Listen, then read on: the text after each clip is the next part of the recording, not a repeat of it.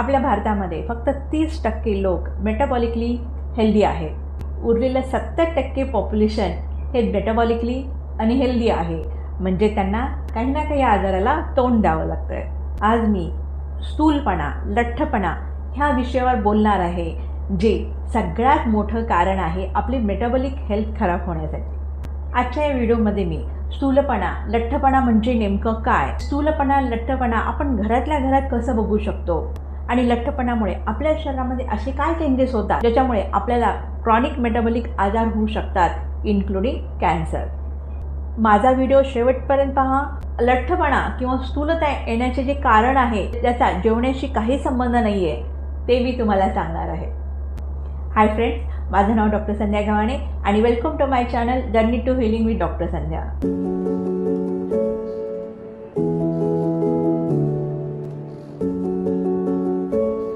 मी सध्या आपली metabolic health चांगली कशी ठेवायची, ज्याच्यामुळं आपल्याला पुढे जाऊन काही क्रॉनिक मेटाबॉलिक आजार जसं कॅन्सर वगैरे होऊ नये, याच्यासाठी एक सिरीज चालू केली आहे आणि त्यातला हा 12वा भाग आहे.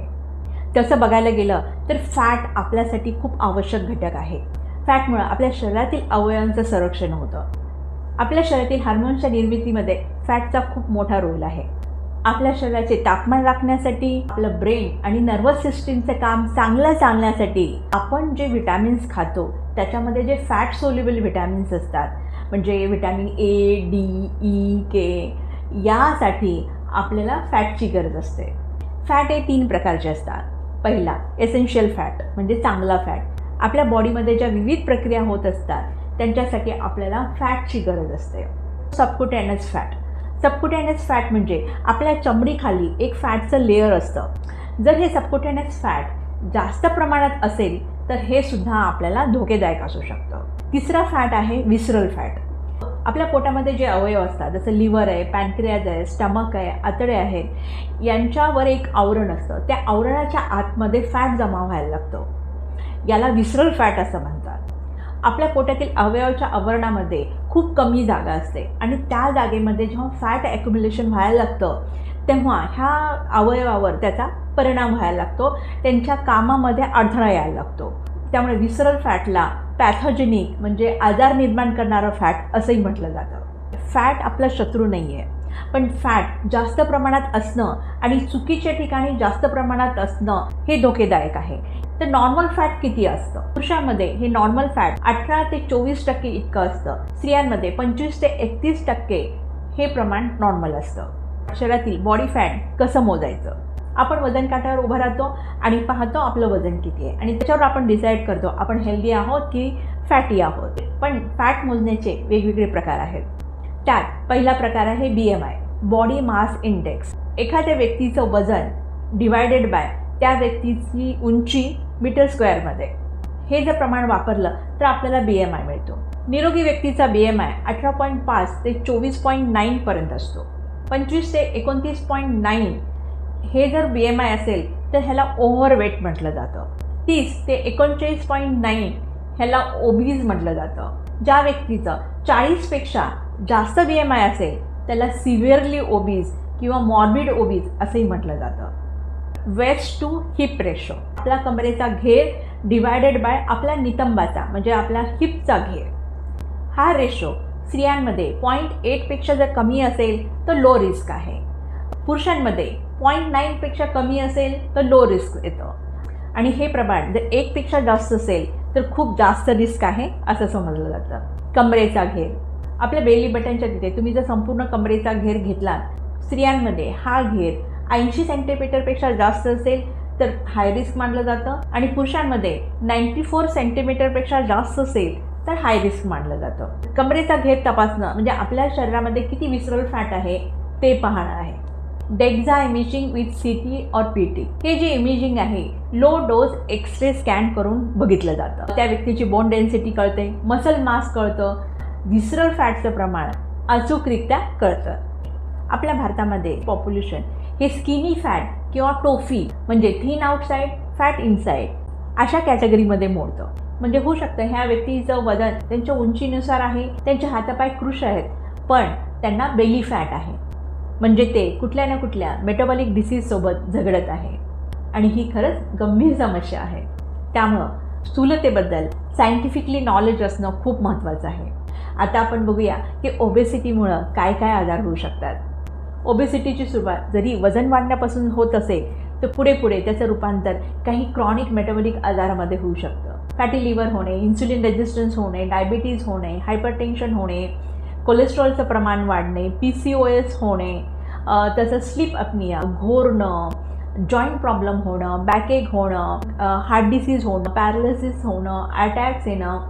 International agency for research in cancer ह्या एजन्सीने जेव्हा सर्वे कंडक्ट केला, ज्या स्त्रिया ओबेस होत्या त्यांच्यामध्ये गर्भाशयाचे कॅन्सर होण्याचे प्रमाण 7 पट अधिक आढळले.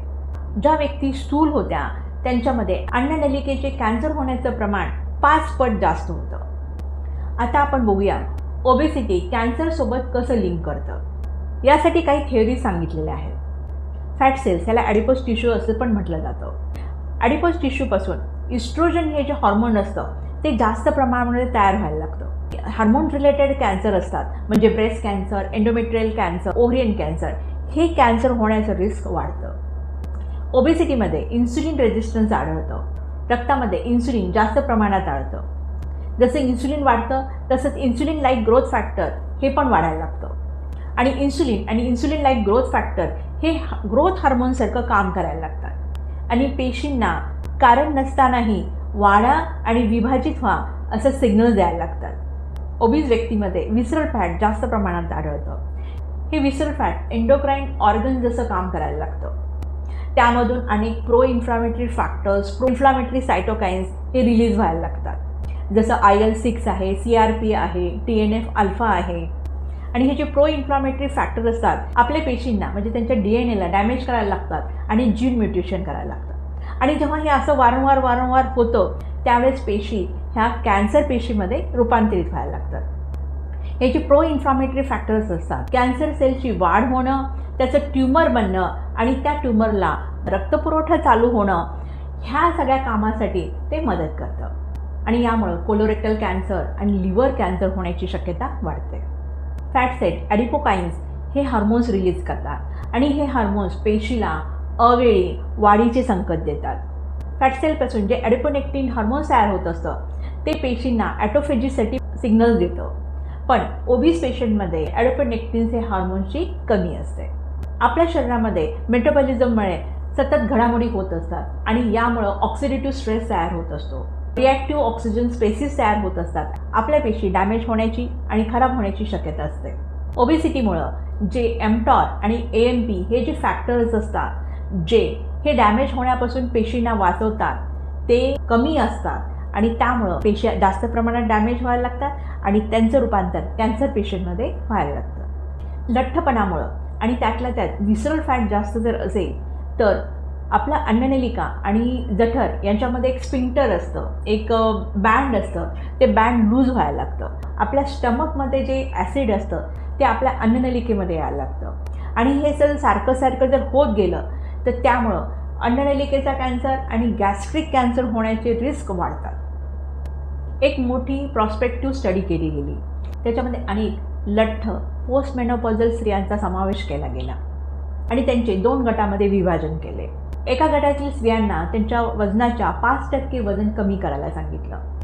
जेव्हा परत स्टडी केली गेली तेव्हा असं लक्षात आलं की ज्यांचं वजन कमी झालं होतं त्यांच्यामध्ये स्पेशली हॉर्मोन्स रिलेटेड म्हणजे एंडोमेट्रियल कॅन्सर किंवा इन्व्हेजिव्ह ब्रेस्ट कॅन्सर होण्याचे जे रिस्क होते ते दुसऱ्या गटातील स्त्रियांच्या तुलनेमध्ये कमी झाले. यामधून आपल्याला असं कळतं की कॅन्सर होण्यामध्ये ओबेसिटी किती मोठा रोल प्ले करते. कॅन्सर डायग्नोसिस झाल्यानंतर ज्या व्यक्तींचा BMI 30%पेक्षा जास्त आहे अशा व्यक्तींचा किमोथेरपी, रेडिएशन थेरपीसोबत वेट लॉस प्रोग्राममध्ये इन्क्लूड करण्यात आला. जेव्हा त्यांचा वेट लॉस झाला तेव्हा त्यांची क्वालिटी ऑफ लाईफ चांगली झाली आणि किमो रेडिएशनचे जे साईड इफेक्ट आहे त्यांनी ते चांगल्या प्रकारे सहन केले. त्यांचं कॅन्सरचं प्रोग्रेशन पुढं झालं नाही, ते कॅन्सरमुक्त पण झाले. त्यांच्यामध्ये कॅन्सर रिकरन्स होण्याचं प्रमाणसुद्धा खूप कमी आढळलं. ओबेसिटी असलेल्या कॅन्सर व्यक्तीमध्ये जे सेकंडरी प्रायमरी कॅन्सर होतो, पहिला कॅन्सर तर दुरुस्त होतो पण दुसरीकडे एक नवीन टाईपचा कॅन्सर तयार होतो, ते होण्याचं प्रमाणसुद्धा कमी आढळलं. कॅन्सर सर्वायवरना जर असं वाटत असेल की त्यांना कॅन्सर रिकरन्स होऊ नये, म्हणजे कॅन्सर परत होऊ नये, तर त्यांनी स्पेशली त्यांचं वजन मेंटेन करावं, ओबेसिटी कमी करावी. त्यातला तर त्यांची सेंट्रल ओबेसिटी म्हणजे ज्याला आपण विसरल फॅट म्हणतो ते कमी करण्याचा प्रयत्न करावं. विसरल फॅट कमी झाल्यामुळे क्रॉनिक इन्फ्लामेशन पण कमी होतं, त्यामुळे पेशी डॅमेज व्हायचं प्रमाण कमी होतं. ओबेसिटी कमी झाल्यामुळं फॅट सेल्सपासून जे हॉर्मोन्स निर्मिती होत असते ती सुद्धा जास्त प्रमाणात होत नाही. त्यांना हार्मोनल कॅन्सर झालेले आहेत, म्हणजे breast cancer, endometrial cancer, ovarian cancer, याच्यामध्ये सुद्धा कॅन्सर रिकरन्स होण्याचे प्रमाण कमी होते. आता ओबेसिटी का होते, लठ्ठपणा का जाणवतो? बहुतेकांना याचं कारण माहीत आहे. बघा, ओबेसिटी म्हणजे एनर्जी इनबॅलन्स आहे.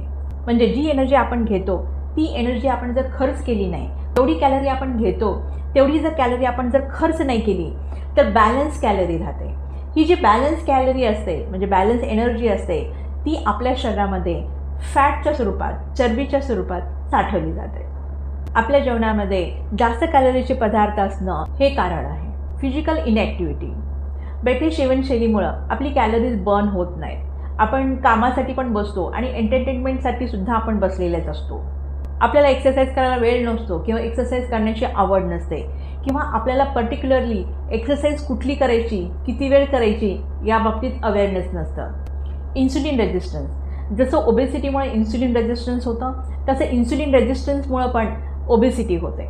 आपल्या शरीरातील जे हाय इन्सुलिन असतं, आपल्या शरीरातील जे एक्सेस ग्लुकोज असतं म्हणजे साखर असते ते फॅटमध्ये रूपांतर करून स्पेशली ते आपल्या पोटामध्ये विसरल फॅटच्या स्वरूपात जमा करायला लागतं. लॅक ऑफ स्लीप, जर तुमची झोपेची गुणवत्ता खराब आहे, तुम्ही जर 6 तासापेक्षा कमी झोप घेत असाल तर अशा वेळेस तुमच्या बॉडीमध्ये क्रॉनिक स्ट्रेस निर्माण होतो. यामुळं कॉर्टिसोल जास्त प्रमाणामध्ये तयार व्हायला लागतो. तो आपल्या शरीरामध्ये साखरेचं प्रमाण वाढवतो आणि आपल्या शरीराला फॅट स्टोरेज करण्याचा सिग्नल देतो. कमी झोपेमुळं आपल्या शरीरामध्ये जे ग्रेलिन हा जो हंगर हार्मोन असतो तो जास्त प्रमाणात निर्माण व्हायला लागतो. आपल्याला जास्त भूक लागते त्यावेळेस आपल्याला अनहेल्दी म्हणजे प्रोसेस फूड, शुगरी फूड खाण्याची क्रेविंग होते. आपल्या शरीरामध्ये फॅट वाढायला लागतं. आपण हा शब्द नेहमी ऐकतो. आपल्या शरीराला नॉर्मल फंक्शन करण्यासाठी वेगवेगळ्या हार्मोनची गरज पडते, पण त्यातल्या त्यात इन्सुलिन, ग्रेलिन, लेप्टिन, थायरॉइड आणि कॉर्टिसॉल हे जे हॉर्मोन्स आहेत जेव्हा ह्याच्यामध्ये इम्बॅलन्स व्हायला लागतं त्यांचं नॉर्मल फंक्शन बिघडतं. PCOS, हायपोथायरॉइडिझम, डायबिटीज असे आजार पण होतात आणि ओबेसिटी पण वाढते.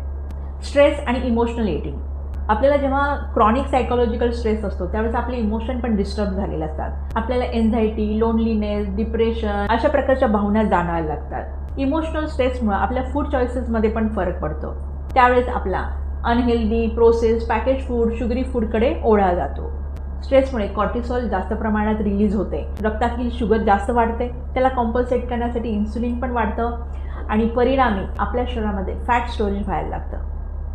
फॅमिली हिस्ट्री किंवा जेनेटिक हिस्ट्री, जर आपल्या DNA ओबेसिटी फॉर्म करणारे जीन असतील, तुमचे आई वडील, भाऊ बहिणी हे जर ओबीज असतील तर तुमच्यामध्ये ओबेसिटी असणे हे स्वाभाविक आहे. आपल्या जीन्सचा काही हॉर्मोन्सवर पण इफेक्ट होतो आणि याच्यामध्ये इम्बॅलन्स होऊन ओबेसिटीसुद्धा होऊ शकते. अमेरिका आणि युरोपियन पॉप्युलेशनमध्ये ओबेसिटी आढळते, पण त्यांच्या तुलनेमध्ये इंडियन आणि एशियन पॉप्युलेशन हे स्किनी असतात, पण त्यांच्यामध्ये विसरल फॅट जमा होण्याचे जीन्स जास्त प्रमाणात आढळतात. मेडिकेशन, औषधं, तुम्ही जर स्टिरॉइड घेत असाल, काही कारणासाठी तुम्हाला स्टिरॉइड प्रिस्क्रिप्शन केलं असेल तर तुमच्यामध्ये कुशिंग सिंड्रोम वगैरे ह्यासारखे सिंड्रोम्स तयार होऊ शकतात आणि फॅट स्टोरेज होण्याचं प्रमाण पण वाढतं. अँटीडिप्रेसंट, अँटीसायकोटिक जे मेडिसिन असतात ते पेशंटला थोडेसे ड्राउझी करतात, त्यांना फिजिकल इनॅक्टिव्ह करतात, त्यामुळे सुद्धा त्यांच्यामध्ये ओबेसिटी वाढण्याची शक्यता असते. काही डायबिटिक मेडिसिन्समुळे पण पेशंटमध्ये ओबेसिटी वाढण्याची लक्षणं दिसून येतात. आपल्या आतड्यातील गट बॅक्टेरियाचा आणि ओबेसिटीचा संबंध आहे. आपल्या आतड्यांमधील गुड बॅक्टेरिया जे आहे ते शॉर्ट चेन फॅटी ॲसिड्स तयार करतात, त्यामुळं आपल्या शरीरातील आणि आतड्यांमधील इन्फ्लामेशन कमी होतं. पण पुअर डाईट किंवा अँटीबायोटिक घेतल्यामुळं हे जे गट मायक्रोबियमचं जे बॅलन्स असतं ते बिघडतं. जे बॅड बॅक्टेरिया असतात ते वाढायला लागतात आणि ते मेटाबॉलिझम आणि इन्फ्लामेशन ह्याच्यावर अफेक्ट करतात, त्यामुळे आपल्या शरीरामध्ये फॅट सेल्स वाढायला लागतात. अल्कोहोलमध्ये एम्प्टी कॅलरीज असतात, म्हणजे त्याच्यामध्ये कॅलरीज तर असतात पण त्याच्यापासून एनर्जी तयार होत नाही. ह्या जे एक्सेस कॅलरी असतात त्याचं रूपांतर डायरेक्ट फॅट सेल्समध्ये व्हायला लागतं. अल्कोहोलमुळे ॲपिटाईट वाढायला लागतं, जास्त प्रमाणात खाल्लं जातं, पण त्यांच्यामध्ये फूड चॉईसेस चांगले नसतात. याचा परिणाम ओबेसिटी होण्यामध्ये होतो. Ultra processed food. Ultra processed फूडमध्ये साखर, मैदा, मिठाचं प्रमाण जास्त असतं. तसंच त्यांच्यामध्ये प्रिझर्वेटिव्ज असतात, स्टॅबिलायझर असतात, ॲडिटिव्ज असतात, आर्टिफिशियल कलर असतात आणि याच्यामध्ये कॅलरी पण खूप जास्त प्रमाणात असतात. हे जे फूड असतं हे पॅलेटेबल असतं, म्हणजे आपल्या जिभेला त्याची चव आवडते आणि त्यामुळं ते सारखं सारखं खाण्याची आपल्याला इच्छा होते. हे अल्ट्रा प्रोसेस्ड फूड जे असतात ते आपला हंगर सिग्नल डिस्टर्ब्स करतात. म्हणजे आपल्याला हे कळत नाही की आपल्याला भूक लागलेली आहे की क्रेविंग व्हायला लागली आहे आणि याचा परिणाम स्थूलता वाढण्यामध्ये होतो. सोशल फॅक्टर्स म्हणजे तुमच्या आजूबाजूला फास्ट फूड इझिली अवेलेबल आहे, तुमची एकदम बिझी लाईफस्टाईल आहे, जे लॅक ऑफ एक्सरसाइज आहे आणि तसंच फास्ट फूड खाण्याकडे तुमचा कल आहे. मार्केटमध्ये असे कितीतरी सो कॉल्ड हेल्दी फूड्स आहेत ज्याच्यामुळं तुमचं वजन वाढण्याची शक्यता आहे आणि तुम्ही ओबीज होण्याची शक्यता आहे. तर त्या बाबतीमध्ये तुम्हाला अवेअरनेस असण्याची खूप गरज आहे. तुम्ही हा माझा व्हिडिओ शेवटपर्यंत पाहिला त्याबद्दल खूप खूप धन्यवाद. ओबेसिटी कमी करणे, वजन कमी करणे हे एक सध्या मोठं मार्केट आहे. असे भरपूर वेबसाईट, ॲप्स आणि इंडस्ट्रीज आहेत. कमीत कमी वेळेमध्ये जास्तीत जास्त वजन तुम्ही कसं कमी कराल याच्याबद्दल तुम्हाला सर्व्हिस देत असतात. आपण टी व्हीवर, सोशल मीडियावर बघतच असतो. वजन कमी करण्यासाठी काही व्यक्ती एकदम टोकाची भूमिका गाठतात, म्हणजे एकदम क्रॅश डाएट करतात किंवा फक्त ज्यूस डाएट करतात. कॅलरी जे डिफिशिट आहे ते इतकं कमी करतात त्यांच्या आरोग्यावर त्याचा परिणाम व्हायला लागतो आणि कधीकधी त्याचं रूपांतर मृत्यूमध्ये सुद्धा होतं. वजन कमी करणं आवश्यक आहे, पण त्याच्यासाठी तुम्ही काय स्टेप्स उचलताय, काय मेजर्स घेताय ते खूप इम्पॉर्टंट आहे. माझ्या पुढच्या व्हिडिओमध्ये मी सायंटिफिकली रिसर्च बेस्ड वजन कसं कमी करायचं ते मी सांगणार आहे. त्यामुळं माझा पुढचा व्हिडिओ तुम्ही नक्की पहा. तोपर्यंत मित्रमैत्रिणींनो, नेहमीसाठी स्वस्थ राहा, मस्त राहा. धन्यवाद.